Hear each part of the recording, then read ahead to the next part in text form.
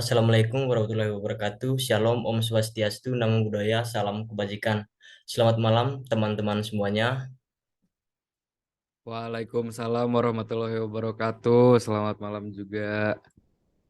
Terima kasih atas kehadirannya. Yang pertama, terima kasih juga atas eh, kehendak Tuhan sehingga kita dipertemukan lagi pada malam hari ini dalam Zoom ini untuk mempresentasikan hasil kerja kita beberapa pekan yang lalu hingga pada saat ini adalah saatnya kita untuk mempresentasikan hasil kerja kita. Terlebih dahulu saya ingin memberikan kesempatan lagi untuk memperkenalkan diri kita masing-masing dan akan dimulaikan dari saya sendiri. Nama saya Stefanus Arki Rahman dengan NIM 21 12 10 36 dan sekarang saya akan menjadi moderator pada presentasi pada malam hari ini. Selanjutnya saya berikan kesempatan kepada teman-teman semua untuk memperkenalkan dirinya masing-masing. Jangan lupa disertakan dengan email teman-temannya. Oke, kesempatannya saya berikan mulai dari sekarang. Baik, saya Satya Devananta dengan NIM 211211048. Saya Regina Melinda dengan NIM 21121053. Saya Tesalonika Natalia dengan NIM 21111057. Saya Meli Melania Amelita dengan NIM 211211065. Saya Devi Anggraini dengan NIM 21121801. Oke, terima kasih kepada teman-teman sekalian yang sudah memperkenalkan dirinya masing-masing. Langsung saja ke presentasi kita pada malam hari ini. Saya berikan kesempatan lagi kepada presentator pertama. Kesempatan saya berikan. Baik, terima kasih moderator. Di sini saya akan membacakan tentang latar belakang. Pada sebuah perusahaan tentunya memiliki suatu tujuan, di mana salah satu tujuannya adalah menjamin kelanjutan perusahaan tersebut. Untuk mencapai tujuan itu, perusahaan harus dapat memanfaatkan sumber yang ada. Sumber yang dimaksud adalah bagaimana cara perusahaan mengelola kas perusahaan dengan efisien. Kas merupakan dana perusahaan, yaitu aset yang paling lancar dan paling beresiko, sehingga perlu administrasi kas yang sangat ketat untuk menghindari hal-hal yang merugikan perusahaan. Kesulitan dari PT Borneo Lumbung Energi dan Metal TBK adalah mengontor PO yang banyak dikarenakan jumlah PO ratusan hingga ribuan, sehingga sulit untuk dikontrol. Sehingga terkadang rekan-rekan pekerja kesulitan mana barang yang belum diterima, karena tagihannya dilakukan secara parsial dan long term setelah kontrak selesai, dan kontrak jarak terbitnya PO dari pembayaran memerlukan waktu yang lama sampai barang diterima full. Selanjutnya. Nah, metode penelitian yang kami gunakan yaitu melakukan wawancara yang dilakukan secara daring melalui Zoom, sedangkan waktu pelaksanaannya dilakukan pada hari Senin tanggal 6 Desember 2022 pukul 12.40 sampai 13.20 waktu Indonesia Barat. Berikut telah terlampir dokumentasi ketika kami melakukan wawancara. Baik, terima kasih moderator. Kembali kepada moderator. Baik, terima kasih kepada presentator yang pertama, Saudari Tesalonika Natalia. Kesempatan berikutnya saya berikan kepada presentator yang kedua. Baik, Kesempatan terima kasih. Oke, so. Baik, terima kasih kepada moderator. Selanjutnya, saya akan menjelaskan mengenai pengertian penerimaan kas. Menurut Ardios, cash receipt atau penerimaan kas adalah semua bagian atau items dari mana perusahaan menerima aliran kas masuk selama periode keuangan tertentu. Komponen yang paling umum yang termasuk ke dalam penerimaan kas adalah penjualan tunai, pengumpulan piutang, dan penerimaan kas lainnya. Sedangkan menurut Mulyadi, penerimaan kas perusahaan berasal dari dua sumber utama, yakni penerimaan kas dari penjualan tunai dan penerimaan kas dari penjualan kredit.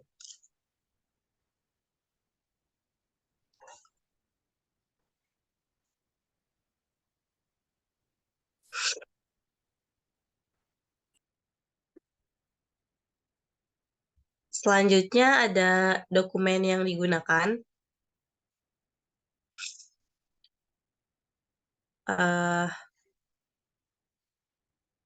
Dokumen yang digunakan Itu yang pertama ada faktur penjualan tunai.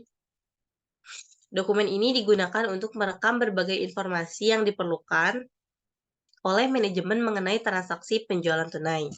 Selanjutnya ada pita register kas. Dokumen ini dihasilkan oleh fungsi kas dengan cara mengoperasikan mesin register kas. Pita register kas ini merupakan bukti penerimaan kas yang dikeluarkan oleh fungsi kas dan merupakan dokumen pendukung faktur penjualan tunai yang dicatat dalam jurnal penjualan. Selanjutnya ada credit card sales slip. Dokumen ini dicetak oleh Credit Card Center Bank yang menerbitkan kartu kredit dan diserahkan kepada perusahaan yang menjadi anggota kartu kredit. Selanjutnya ada Bill of Lading. Dokumen ini merupakan bukti penyerahan barang dari perusahaan penjualan barang kepada perusahaan angkutan umum. Selanjutnya ada faktur penjualan COD. Dokumen ini digunakan untuk merekam penjualan COD. Selanjutnya bukti store bank. Dokumen ini dibuat oleh fungsi kas sebagai bukti penyetoran kas ke bank. Bukti store dibuat 3 lembar dan diserahkan oleh fungsi kas ke bank. Yang terakhir ada rekapitulasi harga pokok penjualan. Dokumen ini digunakan oleh fungsi akuntansi untuk meringkas harga pokok produk yang dijual selama satu periode. Selanjutnya ada catatan akuntansi yang digunakan. Itu yang pertama ada jurnal penjualan. Jurnal ini digunakan untuk mencatat dan meringkas data penjualan oleh fungsi akuntansi. Di jurnal ini, pihak manajemen akan mendapatkan informasi mengenai penjualan setiap jenis produk yang dijualnya selama jangka waktu tertentu. Selanjutnya ada jurnal penerimaan kas.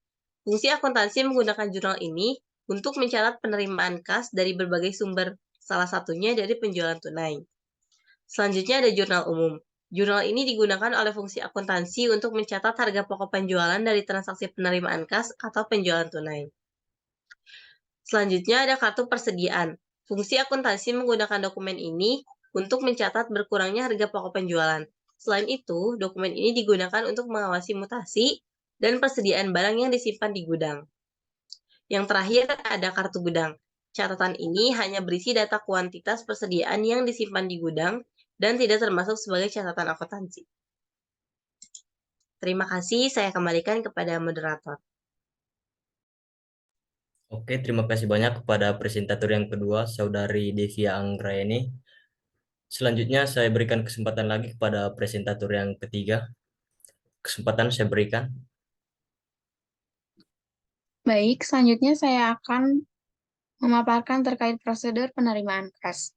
Ada 3 prosedur yang terdapat pada sistem akuntansi penerimaan kas dari penjualan tunai menurut Mulyadi dalam bukunya yang terbit pada tahun 2016 halaman 379. Di antaranya yang pertama, penerimaan kas dari over-the-counter sales, yaitu transaksi penjualan dimulai dari pembeli datang ke perusahaan untuk melihat, memilah, dan membayar langsung kepada kasir. Kemudian membayar kasir secara tunai melalui cek pribadi atau dengan kartu kredit. Yang kedua, penerimaan kas dari cash on delivery sales atau COD, yaitu transaksi penjualan yang melibatkan pihak lain, di antaranya kantor pos, perusahaan angkutan umum, dan jasa kurir. Dalam penyerahan dan penerimaan kas dari hasil penjualan, transaksi ini merupakan sarana yang tepat untuk memperluas jaringan pasar serta barang atau produk yang dikirim perusahaan akan terjamin dengan baik kepada pembeli. Dan yang ketiga, penerimaan kas dari credit card sales, yaitu transaksi penjualan tunai oleh pembeli yang pembayarannya melalui kartu kredit. Baik, terima kasih. Saya kembalikan kepada moderator. Terima kasih kepada presentator yang ketiga. Selanjutnya saya berikan kesempatan lagi kepada presentator berikutnya. Kesempatan saya berikan. Baik, terima kasih moderator. Di sini saya akan menjelaskan sedikit tentang profil perusahaan PT Borneo Lumbung Energi dan Metal Tbk, yaitu salah satu perusahaan yang bergerak di bidang pertambangan, di mana merupakan anak perusahaan dari Sinarmas yang telah bergerak dari tahun 2005, yang berlokasi di Kecamatan Angsana, Kabupaten Tanah Bumbu, Kalimantan Selatan untuk site office dan memegang peranan penting dalam peningkatan ekonomi di wilayah tersebut. Sedangkan untuk lokasi operasional perusahaan PT Borneo Lumbung Energi dan Metal Tbk terletak di Sinarmas Land Plaza, Tower 2, lantai 7, Jalan M.H. Tamrin, nomor 51, Jakarta 10350. Saya kembalikan kepada moderator. Oke, terima kasih kepada presentator yang keempat, Saudari Regina Melinda. Selanjutnya untuk slide struktur organisasi saya berikan kepada presentator yang berikutnya. Kesempatan Baik. saya berikan. Baik, terima kasih kepada moderator. Izinkan saya untuk menjelaskan dan menyebutkan struktur organisasi dari PT Borneo Lumbung Energi dan Metal Tbk. Dapat dilihat dari struktur organisasi dalam PowerPoint yang sudah ditampilkan. Yang pertama itu ada Board of Commissioner. Yang kedua ada Corporate Planning Division atau Divisi Perencanaan Perusahaan. Yang ketiga ada Development Division atau Divisi Business Development. Yang keempat ada Marketing Division atau Divisi Perencanaan. Yang kelima ada Procurement Division. Yang keenam ada Quality, Health, Safety, and Environment Division. Yang ketujuh ada Mine Planning Division. Yang kedelapan ada Engineering and Construction Division. Yang kesembilan ada Finance Accounting Division. Yang ke-10 ada Corporate Finance Division. Yang ke-11 ada Tax Division. Yang ke-12 ada Corporate Project Division. Yang ke-13 ada Corporate Secretary and Investor Relation Division.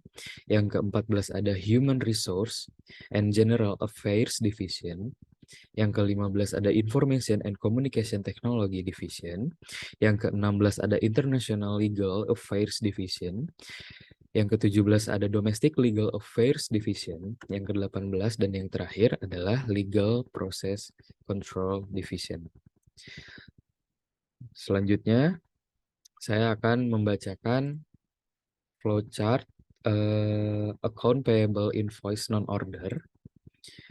Saya akan membacakan sesuai dengan urutan pada diagram flowchart yang ditampilkan. Yang pertama, pastikan kode account atau assign account code.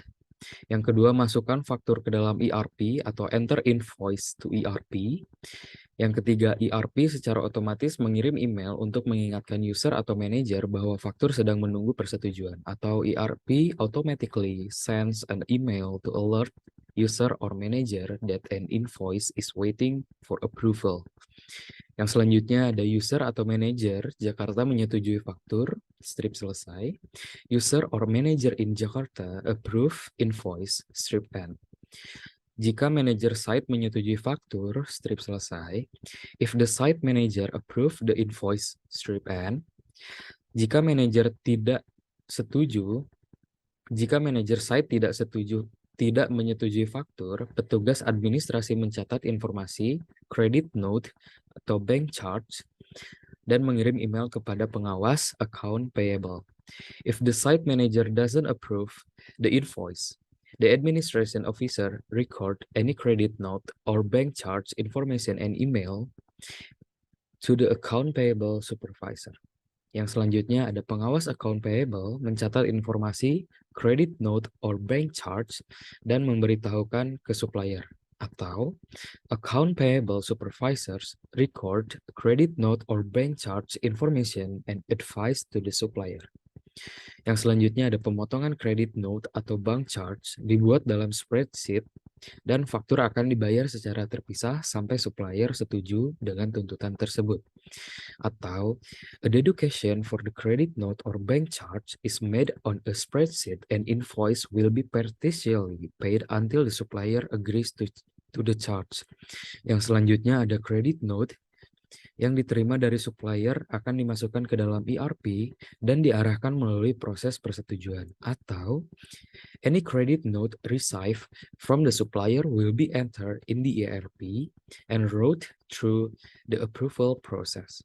Yang selanjutnya ada pengawas account payable meninjau laporan persetujuan non-order invoice, atau the account payable supervisor reviews the non-order invoice approval report. Yang selanjutnya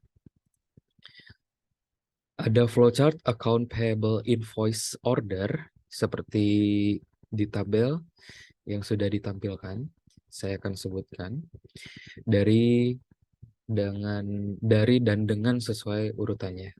Yang pertama, cek apakah faktur memiliki docket pengiriman. Jika tidak, kirim email ke supplier untuk mengajukan ulang faktur. Atau cek if the invoice has a delivery docket.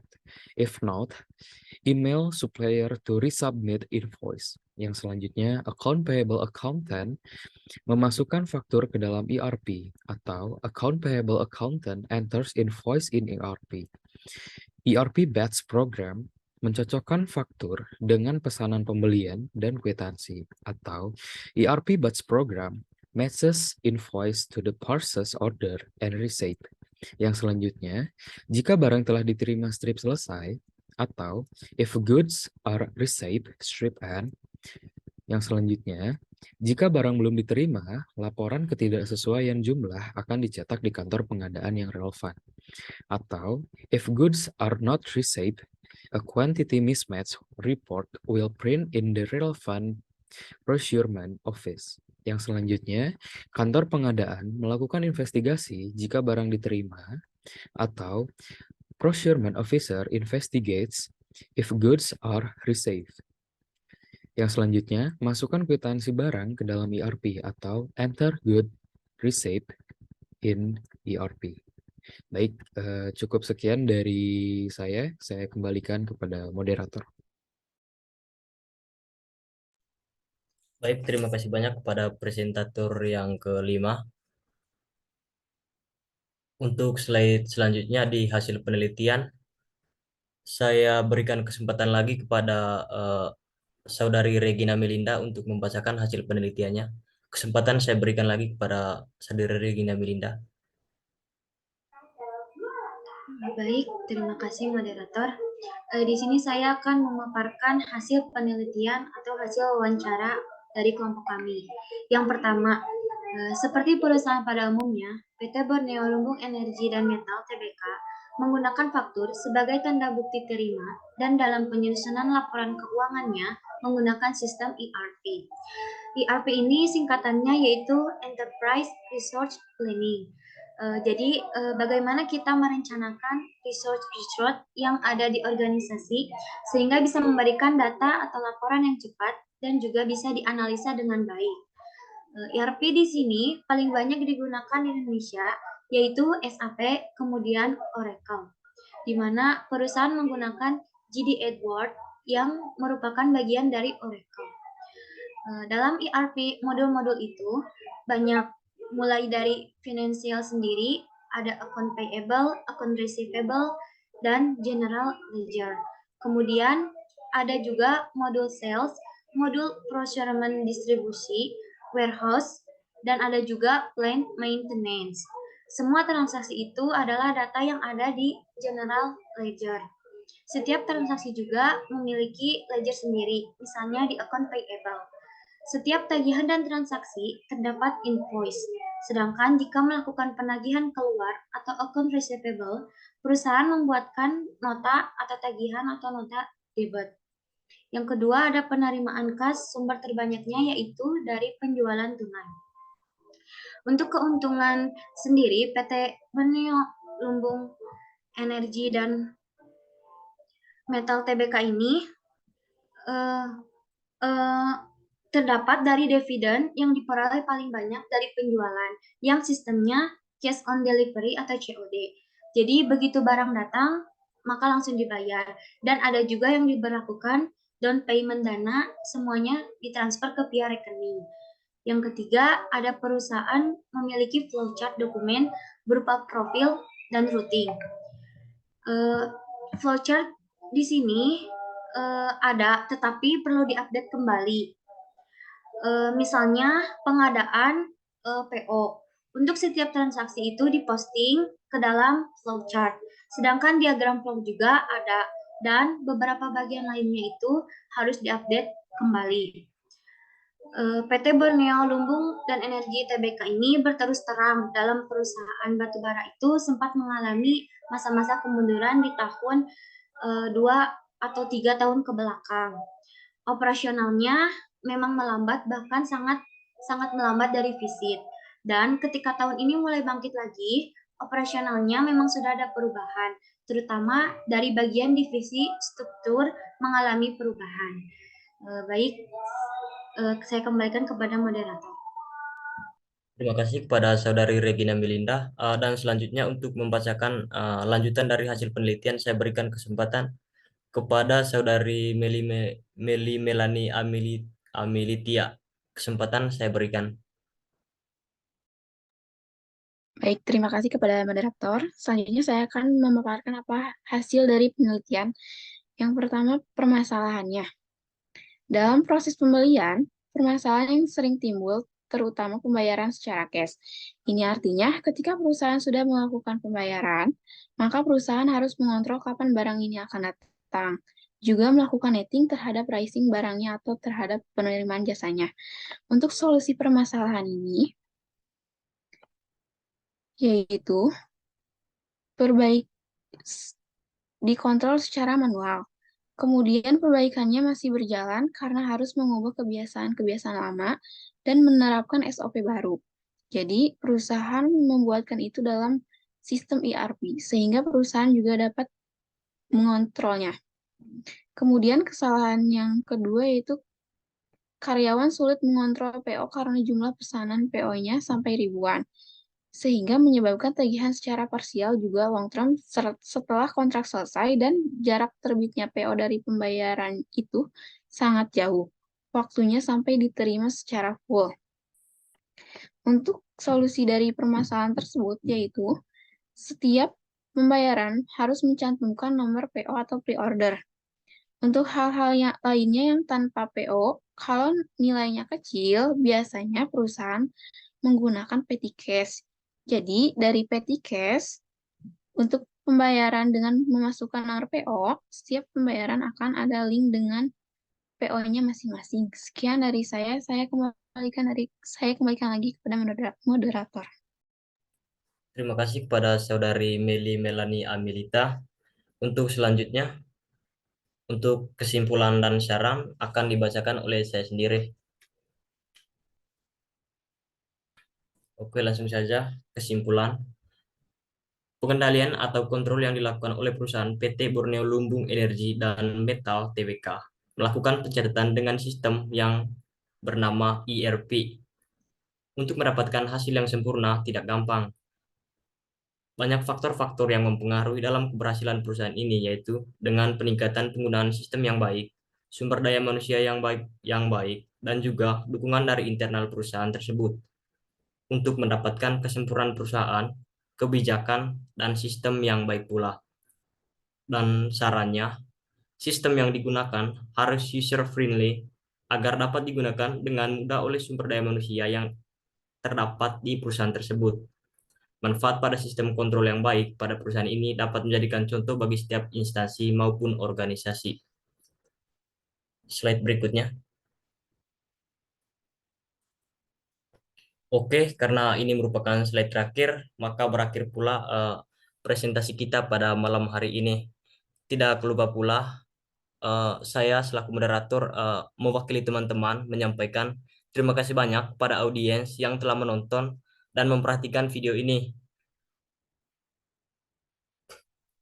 Terima kasih juga kepada Bapak dosen Doni Baluya SE MSI yang sudah memberikan kesempatan kepada kami untuk mempresentasikan materi ini.